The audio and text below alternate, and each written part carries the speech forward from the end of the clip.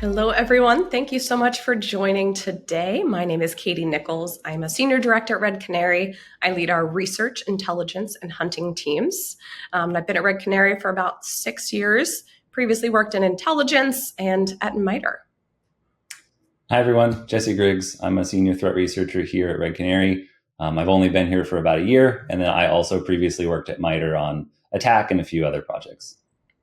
And we're really excited to be here today to talk to you a little bit about applying an endpoint mindset to cloud threat detection. Let's dive right in. We're going to cover a couple topics today. First off, we're going to start pretty broadly, thinking about as domains, how do we compare and contrast cloud and endpoint? Then I'm going to give you some tips for how to successfully follow cloud threats, even as they are a little bit different than endpoint. Then Jesse's going to deep dive walking you through a ransomware intrusion and also helping you with some tips to detect in the cloud. So let's start pretty big picture. Right, in my background, I was on the MITRE attack team for years, focusing so much on endpoint, TTPs and threats. And as I encountered cloud threats, it was a little intimidating. Right. And the good news is, as I'm going to walk you through, we can take a lot of the concepts we know from endpoint or whatever background or operating system you have knowledge of, right, and apply that to cloud. As I dove in, the good news is cloud is kind of easy, right? There are these things, API calls, just requests for information or action. And okay, it's just users, API calls, and permissions. I can do that. But as you might know, not that easy, right? There are thousands of those API actions, including a secret menu of undocumented ones. So how am I supposed to track 40,000 of these things? Back on the easy side, though, okay, users, they only have the permissions that are granted to them. So that's not too bad, right? We can really restrict. There are over 40,000 different permissions, right? With over half of them being designated high risk. Don't know about you, I cannot track 40,000 different permissions.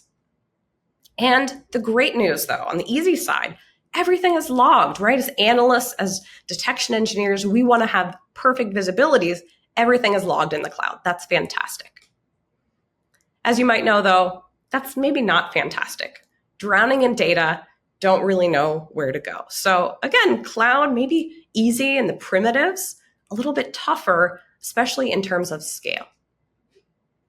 Now, following cloud threats is both same, but different, but actually the same, right? Perfect meme to track this idea. Again, as I went through this journey, right, I found that a lot of the foundations of how do we build a case for attribution in the intelligence world, how do we track TTPs, prioritize TTPs for detection, they very much apply to the cloud world. So again, we have to think about both similarities and differences so we can be successful no matter what our backgrounds are. Let's walk through a tale of two ransomware intrusions. Let's start on Endpoint, right? Where I'm the most comfortable, maybe some of you are, walking through a pre-ransomware intrusion into actual ransomware. This is an Akira intrusion train that we and others around the community have been seeing a lot of. Pretty classic initial access, exploiting a vulnerability, logging in from a VPS. Now, my background's in intelligence, and one of the things we love to do in intelligence is do attribution. If you were watching this intrusion, that initial access probably not going to be enough for you to say it's Akira ransomware doing this. So let's continue on. Right? Our next phase, discovery or reconnaissance, whatever flavor of kill chain you like, this kill chain foundation is really helpful, as you'll see as we get to cloud intrusions. So in the endpoint world for this ransomware intrusion, adversaries used NLTest, common command, also a tool called SharpShares. Not super unique, though. Even as we move to lateral movement, RDP, jokingly standing for Ransomware Deployment Protocol, and IMPacket, commonly used tools for lateral movement. But luckily, the adversary threw us a bone, or not, when they encrypted the environment, right? Encrypted files and then dropped that ransomware note, Akira readme.txt. That's sort of our smoking gun when it comes to attribution in terms of an endpoint ransomware intrusion. What about cloud? If you've never looked through or navigated a cloud intrusion, you still have this same kill chain foundation and building blocks that you can use. Right, let's take a look. On the top, let's walk through a cloud ransomware intrusion, and Jesse's going to deep dive this in just a couple minutes. Initial access, they logged in, right, with specific Azure admin role permissions. Discovery or reconnaissance, adversaries used a common tool called Azure Hound, right, part of Bloodhound, which you can actually test, as we'll talk about later. Lateral movement. How do adversaries move laterally in the cloud? Well, once again, they sign in. A little more generic, right, than maybe on endpoint. Sometimes we have specific malware, a specific hash. We know it's a loader, right? Not quite the same in cloud. Then that last stage, impact, where the bad stuff happens. Endpoint, we had that Akira ransomware node. In cloud, adversary just mass deleted a bunch of resources. No real calling card there. Comparing and contrasting, right? Ransomware intrusions on-prem and in the cloud can show us, right, that same foundation of the kill chain really works. But as you get to things like attribution, you might have to think a little bit creatively, because it might not be quite as straightforward in cloud as it is in endpoint. Let's make it a little more complex too, right? I pictured these as different intrusion chains, which that's totally a lie. What if, as part of the adversary's lateral movement from an on-prem environment, they move laterally to your cloud environment? A lot more complexity there as we're tracking these threats. So what do? A lot of complexity, a lot of things to track, thousands of API calls and permissions. We do the same thing we do every night, Pinky. We follow the threats. Again, the basics. Go back to the basics. We try to prioritize based on what the threats are doing, whether it's endpoint or cloud. Now, the MITRE ATT&CK screenshot on the slide is actually from 2019, a blog I wrote then. The same principles apply. The idea here is we take one group, we map the TTPs in yellow, different group in blue, yellow plus blue equals green. So the green TTPs or techniques, those are the ones that these two adversaries are using. Same thing. Look across a bunch of different reporting on what cloud threats are doing, and then prioritize the things that they're doing a lot of. Then pass that off to your detection team. As Jesse's going to talk about, right, they can figure out how to use that knowledge of TTPs to create detections.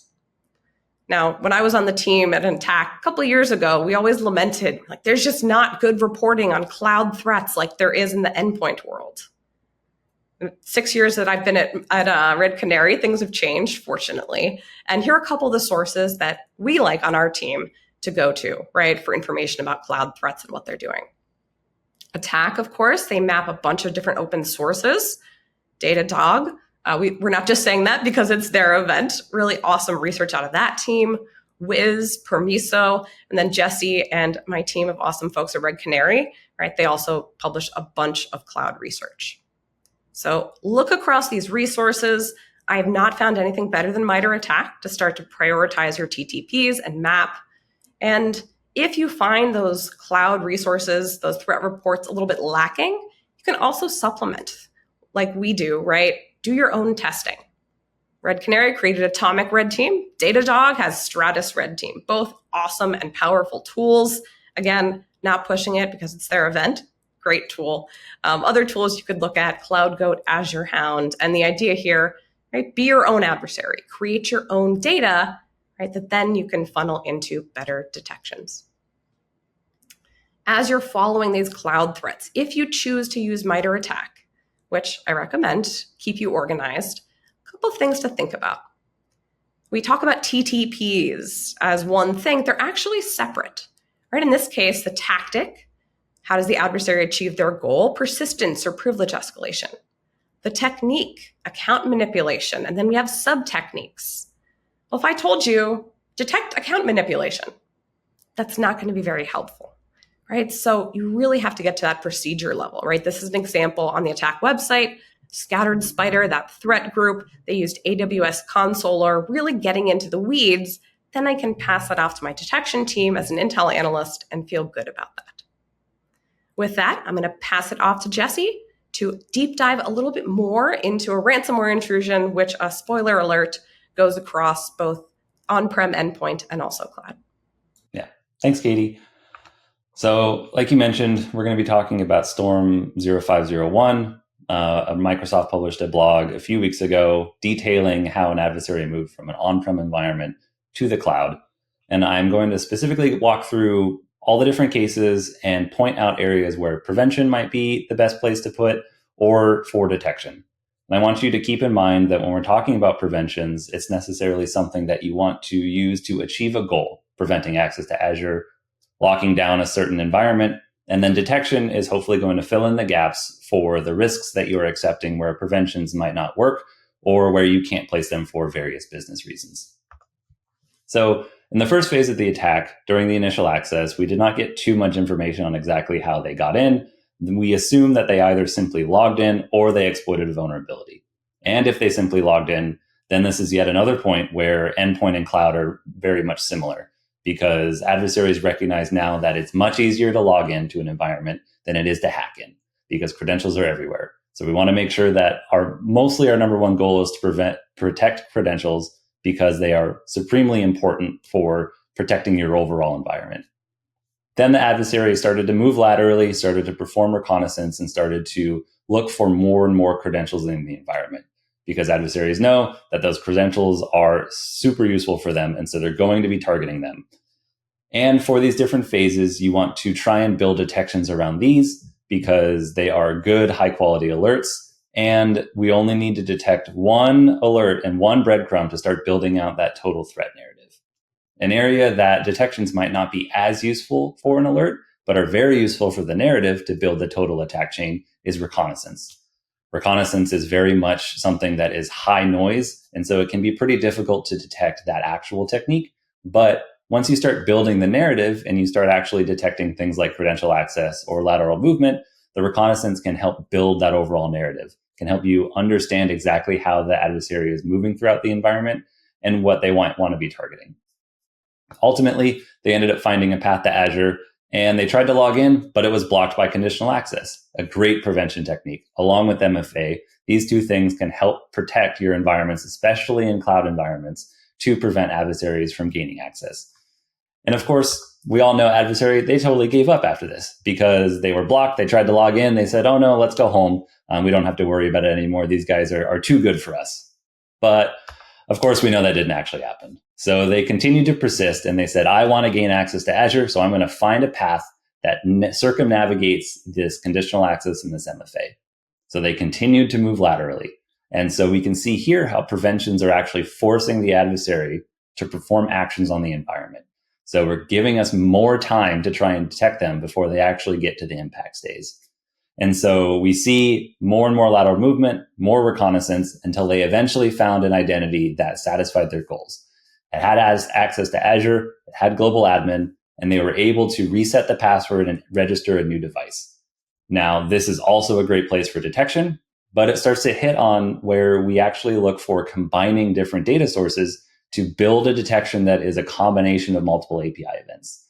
So they did this password reset, they did the MFA, and then they gained access to Azure by pivoting to find a path through the conditional access.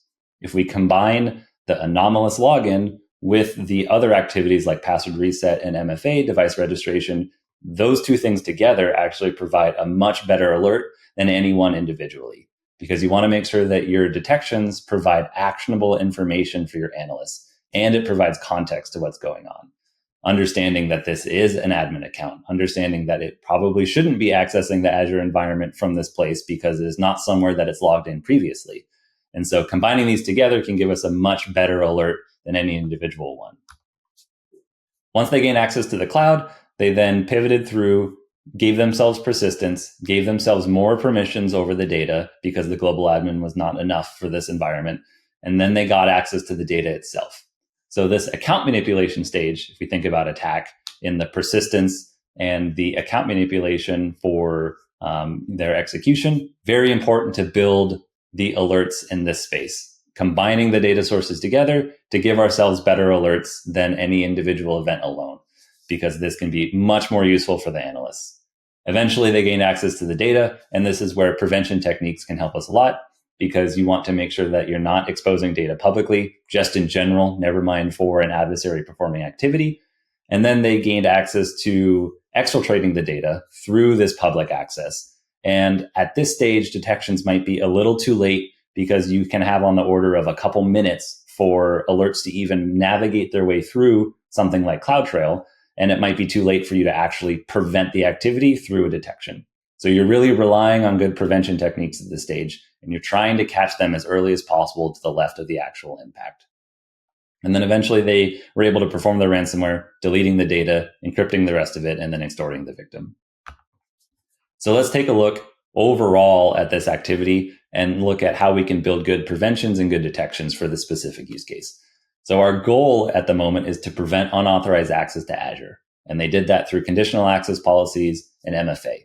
Two very easy wins for your environment. It can be a little difficult to set up, but they actually do work. And it did in this case. It just, the adversary continued to persist and continued to move laterally until they were able to circumnavigate it. And then from the detection side, you're looking at anomalous login, and you also want to make sure that you're doing continuous monitoring of policy enforcement, making sure that that global admin role does actually have MFA on it and can't be password reset, and that it can't log in from a place that it shouldn't necessarily be able to.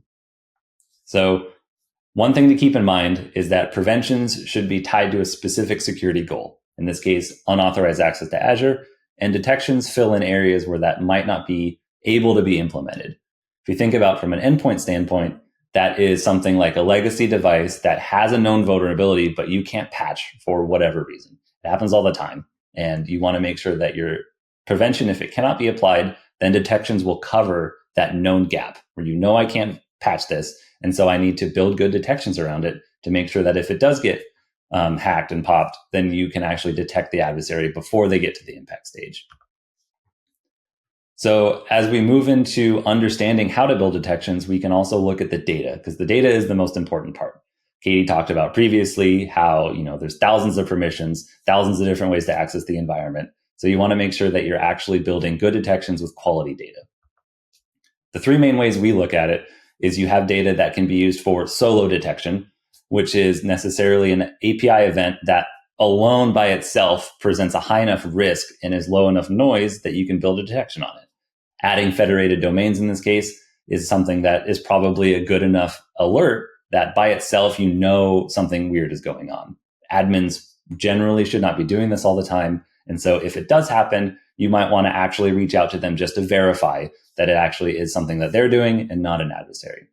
Then we move into what we call narrative. So this is account manipulation, things that by themselves can be risky, but are not necessarily malicious. So adding administrator privileges to an account. It actually honestly happens a fair amount of time, and it can be difficult to reach out to everyone anytime they do this because you could have test accounts, not just your production. And so you actually want to build API events together in a chain to build that alert. So you could have 2 or 3, generally a few alerts that are tied together to actually build that context for the analyst. And then at the end is correlation, generally reconnaissance. So reconnaissance can be really tricky to actually build a good detection for. And so you can group them together, and that actually helps you build the overall threat narrative, but not necessarily alone can be an alert. But of course, it depends on your environment. Maybe you are adding federated domains dozens of times a day for whatever reason for your business. So you want to make sure that you think about these categories in context of your own environment to make them much more useful. And then finally, this is a actual red team test that we detected in a customer environment a couple weeks ago. And this was them prepping a user to actually perform the activities. And so what they did was they created a new user, which by itself happens all the time, not necessarily malicious because they have no method to access the environment and they have no permissions on the environment to do anything. Then they created a login profile, which is getting a little bit more suspicious because now they have access. Eventually, they created an access key, which is a little bit more suspicious than just a create login profile because now they have persistent access. And it's not necessarily good hygiene. You should be using single sign-on, temporary keys, those sorts of things. So those three together might be an alert, but it still doesn't give them permissions, so they can't do anything on the environment. And then eventually they attached admin access, which now we have a situation where we have a new user who has access and now has admin access to the environment, and they can do whatever they want. And so that all four together is a great alert for an analyst. So I'll pass it back to you, Katie, to wrap up what we talked about today. So we've talked about a lot, comparing endpoint and cloud. So a couple key takeaways to come back to. First off, whatever your background is, even if you're just an endpoint person, right, use that foundational knowledge to apply to the cloud, right? Whether it's a kill chain or any other foundation. There are definitely similarities and also differences in tracking and following cloud threats. So be aware of those. Things like attribution might be a little trickier in the cloud. When in doubt, though, right, prioritize, follow the threats. What are those actors doing in the cloud? We gave you lots of resources to check out. And then, as Jesse explained, right, think pretty carefully about how you detect threats in the cloud. Don't just yeet all of the things in there for the recon tools, right? You're going to have a bad day. So slow down, think about how can you use all of that knowledge about cloud threats, then you're going to be able to detect successfully. With that, I think we're at time. That's all we had. If we have time, we can take a couple questions. Thank you all so much.